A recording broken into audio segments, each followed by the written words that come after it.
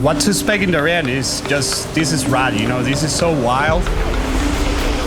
Yeah, go, out. This is pure nature. I will say Darien have a very bad stigma. It's a 66-mile stretch of jungle between Colombia and Panama. Nowadays, the most dangerous things that we have around here is the sun.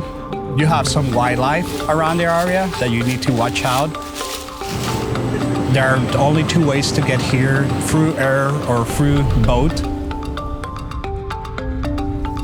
This place is so unique because you can basically catch trophy fish from a kayak and just a few jars away from the coastline. Let's see if there's any quitters first. It's your last chance to leave, right? This is it, you're stuck. When you come here, you don't have to pretend nothing. You just need to focus in yourself and your fishing and your camping and what you're doing in this area and enjoy the moment and the place.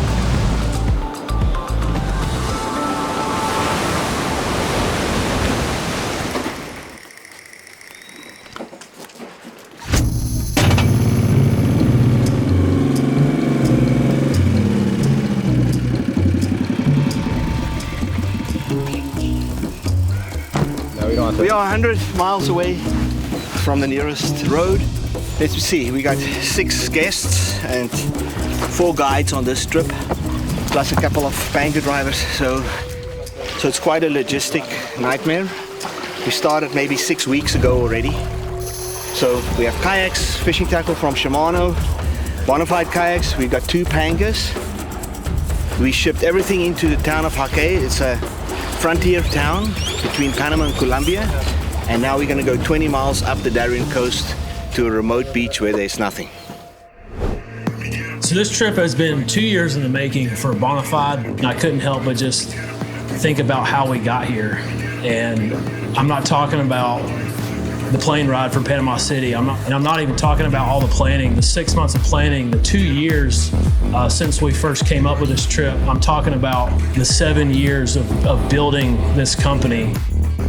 The other 2 anglers, man. All right, so I've known Justin the longest just because Justin's been involved with Bonafide. He's got his social media thing going on, which is cool to see him from where he's progressed to where he is now with TikTok and working with other brands.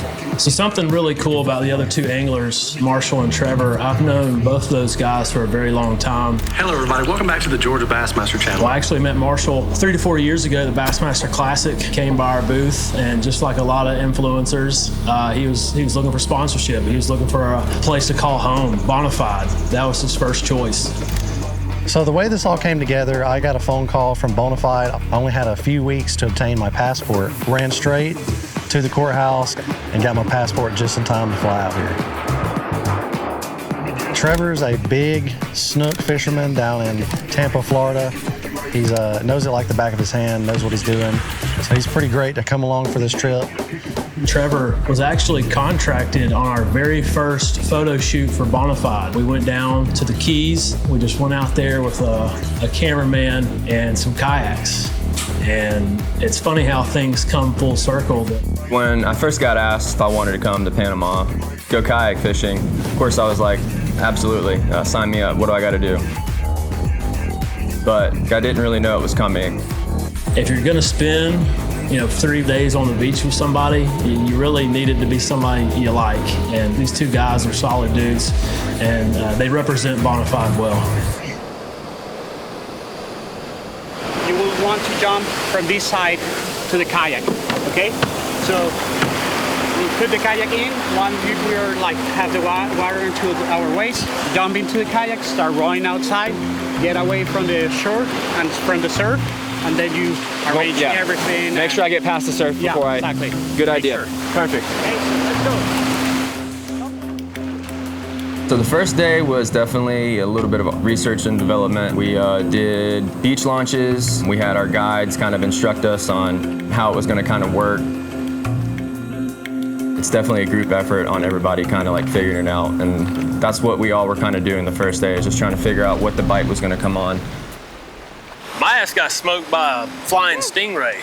Oh yeah, I've seen a couple rays jump. Yeah, they were doing backflips. Yeah, the rays were cool. I've seen a couple of those. Seen a couple dolphins. A lot of cool like wildlife around. Just gotta find some fish.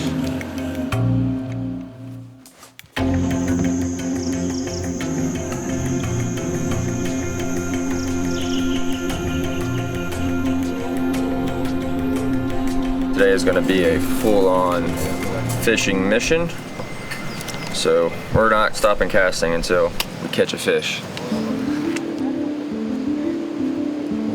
Coming on to our second day, we just spent the first day kind of getting our bearings, learning the technique, so how to tie our lures properly. What are you tying right now? For leader? No. How are you tying it? Just a loop knot. We'll catch us some monster fish today. I can feel it. This right here is night and day difference than anything I've ever done. I've never been on a kayak in the ocean in 80-foot deep water with swells coming up. I think when you hear about Panama fishing, one of the fish that always come to my mind is a rooster fish. Rooster fish from a kayak would be super sick. Once we got here, talking to some locals, they informed me that I could go for an inshore slam. I said, well, what's the inshore slam? He said, Cubera, rooster fish, of course, and then you have the bluefin trevally. Halfway into day 2, the bite's still super tough. Still not too much of a pattern going on except for right off the bottom. Haven't hooked up on anything live bait yet. It's been strictly artificial, but the hopes are high. We've got trolling baits behind us now. We're pretty efficient at this point. We're working our topwater baits correctly. The first 4 hours of the day, for me at least, yielded nothing, and I was kind of getting down just a little bit, and then all of a sudden I got the yellowfin tuna, and that was important to me. Atu, let's go! Beautiful fish. I provided for the trip. I provided food for the team, so that was a really good feeling fish for me. The biggest pattern I've found is pretty close to the rocks, right where the shore is. Pretty much immediate drop off. Throw you a jig, a shrimp, a swim bait down, and usually right after you twitch it, they always hit it on the falls. My first cast with the swim bait. So something about these fish just bite on the fall a lot better than the retrieve. After a long day of fishing, kind of got dialed in on what the snappers were doing. Focused on finding similar points where I'd find them before. Casted the lure out, made a slight adjustment with my kayak. Before the lure even hit the ground, the fish had ate on the fall, as they call it, and I was hooked up. Fish on!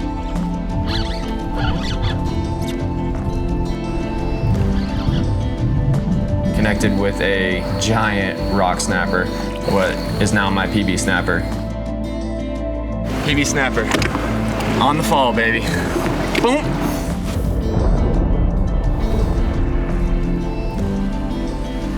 Kayaks that we're using for this trip. This is the PWR 129. This is kind of Bonafide's answer to all the motorization that's happening in the industry. So the reason why I wanted to bring this is so I could put a waypoint on each of our locations, and I have our fish camp. So where we ended up today, if I set a pin on that waypoint, we did 5.5 down and 5.5 back. So we were moving, I'd say around 2 to 2.5 miles an hour. That was an absolute haul. Because you and I mean, we ended up with 40%. And if you're running 2.5 miles an hour. I still had hella percent, but then I was like throttling it up, so. Yeah, we got excited around here because we do have, from what I've heard, some fresh tuna tonight. Fresh yellowfin tuna. Which is gonna be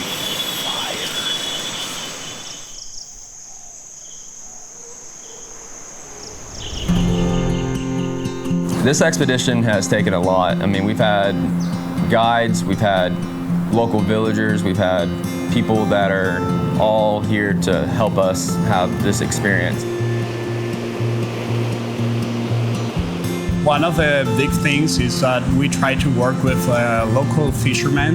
We have Carlitos, we have Jacobo, we have Moises. The three of them are from Jaque, and those are the first people we want to impact more.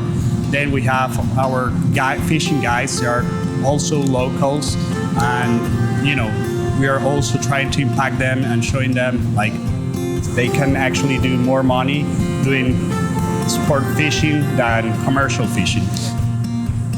That's just helping to maintain our fishery for all the generations that are coming behind us to be able to come down here and fish as well. Let's see where we can get some more wood. I can tell you, Henny and I have been discussing since we started with this idea of bringing people kayak fishing down here. We want the people to disconnect from all the technology and the social media and all the stress of their daily life, and actually they can reconnect with themselves and with the nature. We're off the grid, we're roughing it out, and thankfully we were able to catch several tunas. So finishing up the fillet of tunas. That was a big step for me to be able to shut everything off, tune the outside world out. It just really tuned me in to the culture, the people around me. The food tasted better. It just makes you realize that sometimes it's good to just get away and get back to your roots and, be in the nature, be in the moment with a conversation with somebody. So right now, we've determined that in the morning, we all need to throw top water. Some of those rooster fish are going to be pretty active in the morning. And then towards the evening, we'll start jigging on the reef. The key to success, ABC.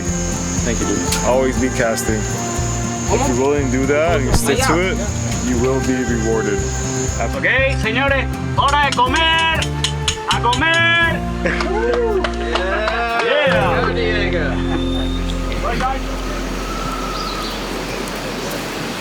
Confidence is through the roof this morning. Got some top waters that I'm familiar with.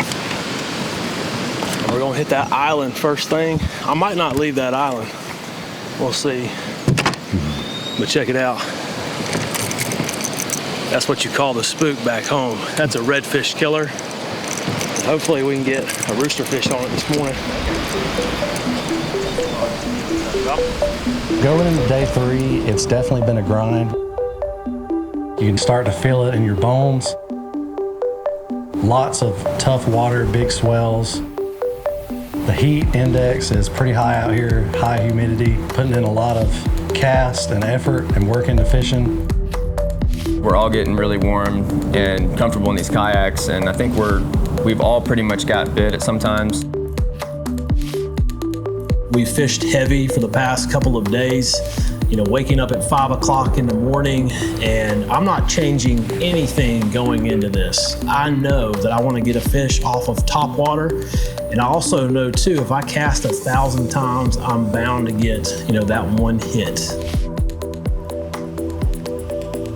We hadn't been getting too many hits off live bait, so we started trolling these deep diving Rapala crankbaits that are about 10 inches long, just right behind the kayaks.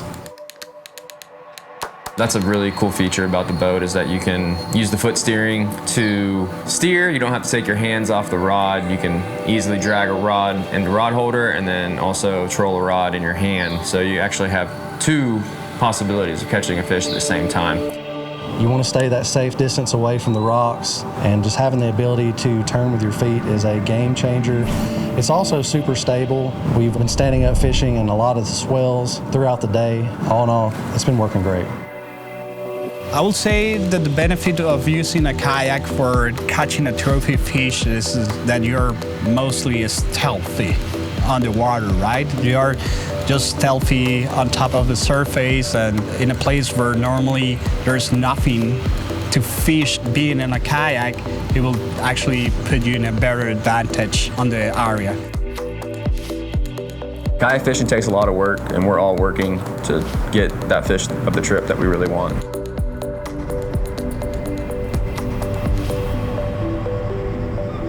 To get a line in the water out here You have to overcome so many obstacles, whether it's multiple plane flights, panga rides, campsites, locals ready, guides, but it just makes it all so much more worth it because 99.9% of the population will never camp on the edge of the Darien jungle and surf launch and catch these fish out of a kayak. You know, I'm working around rocks. I'm watching that white water fall off of these big steep cliffs. So the point at which that water is super dark and then all of a sudden changes to this nice crisp blue color, I'm throwing that lure directly over. I'm working it through. I am fishing every inch of this coast to catch a fish. Looking for, you know, a good grouper, snapper, any species really. I had the rod bend over, start screaming, and didn't know what it was, got it up to the kayak. Big grouper. It's just a giant broomtail grouper, probably the biggest fish of the trip. So that one's probably, that sticks out the most to me, the most enjoyable catch. It's fishing, so like you never know when you're gonna get bit. The clock is ticking. I'm getting desperate at this point. I am losing time. Plan moving forward is to hopefully connect with a big fish. I'd like to connect with some other kind of reef species, and it's just a matter of time. I just want my lure in the water. I'm casting. Remember, we've got 3 fish. We've got the cabero, we've got the trevally, and we've got the rooster. One of these fish has to hit this topwater bait. And then boom, something just crushes my bait. Immediately goes down, my line is screaming, I set the drag, I'm getting pulled up into the rocks. I was gonna have a live bait set up and I was gonna troll with an artificial lure and ended up hooking into a really nice rooster. Having that rooster in my hands, that was definitely a victory moment. So I get it up out of the water and everything around me just goes black. The water crashing is gone. People are yelling at me, screaming. Everything is just shut out. And I am just staring at this beautiful creature, this blue trevally. This wave of relief just comes over my body. And I just took a deep breath. I laid my head back. It's just time to breathe. Man, saw the whole thing go down too. That was so cool.